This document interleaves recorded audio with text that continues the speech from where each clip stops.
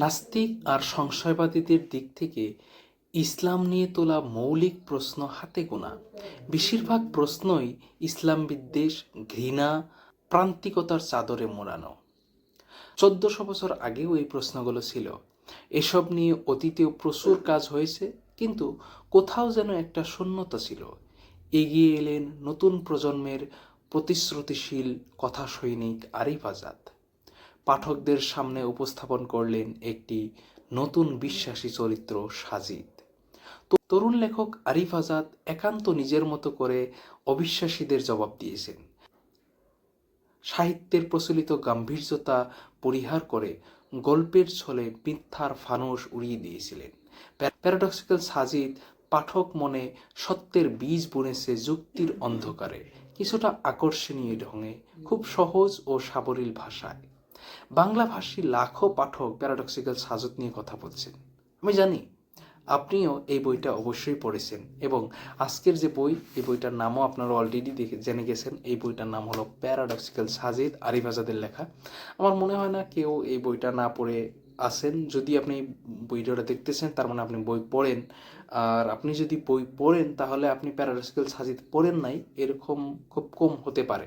আর যদি আপনি পড়ে না থাকেন, তাহলে আমি 100% রিকমেন্ড করব আপনি আজকেই যেখান থেকে পারেন বইটা সংগ্রহ করেন এবং পড়েন। কারণ এই বইটার সম্পর্কে নতুন করে বলার কিছু নেই। বইটা অনেক পুরানো এবং এই বইটা বেস্ট সেলার একটা বই। আর এই বইতে নাস্তিকদের নিয়ে লেখা হয়েছে, যেটা আমি আগেই বললাম যে এই বইটা নাস্তিকদের নিয়ে লেখা হয়েছে। নাস্তিকদের যুক্তিকে গল্পের আকারে, এই যুক্তিগুলোকে কিভাবে খণ্ডন করা যায় সেই যুক্তিগুলোকে গল্পের আকারে খণ্ডন করেছে আরিফ আজাদ। খুব সুন্দরভাবে এই বইটা উপস্থাপন করেছে। এই বইয়ের সূচিপত্রটা আমি জাস্ট আপনাদেরকে পড়ে শোনাতে চাই।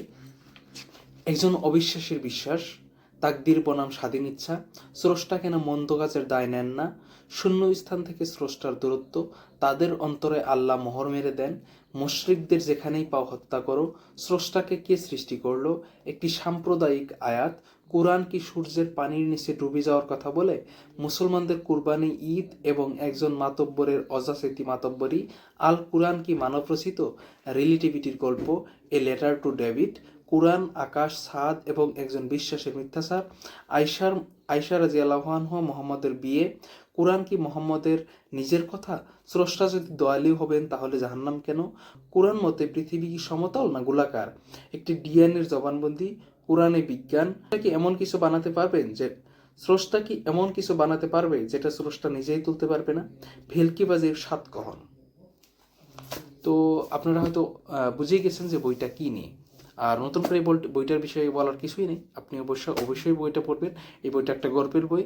গল্পের আকারে নাস্তিকদের যে ভাঙ্গুর যুক্তি, সেই যুক্তিগুলো এখানে ধ্বংস করে দেওয়া হয়েছে, সেই যুক্তিগুলো উড়িয়ে দেওয়া হয়েছে। আপনি এই বইটা 100% আমি রিকমেন্ড করব। আপনি যে ধর্মেরই হন, আপনি যদি নাস্তিক হন, আপনি যদি বিশ্বাসীও হন, আপনি যদি আপনি যদি ধর্ম নাও মানেন, তাহলেও আমি রিকমেন্ড করব এই বইটা আপনি একবার হলেও পড়বেন।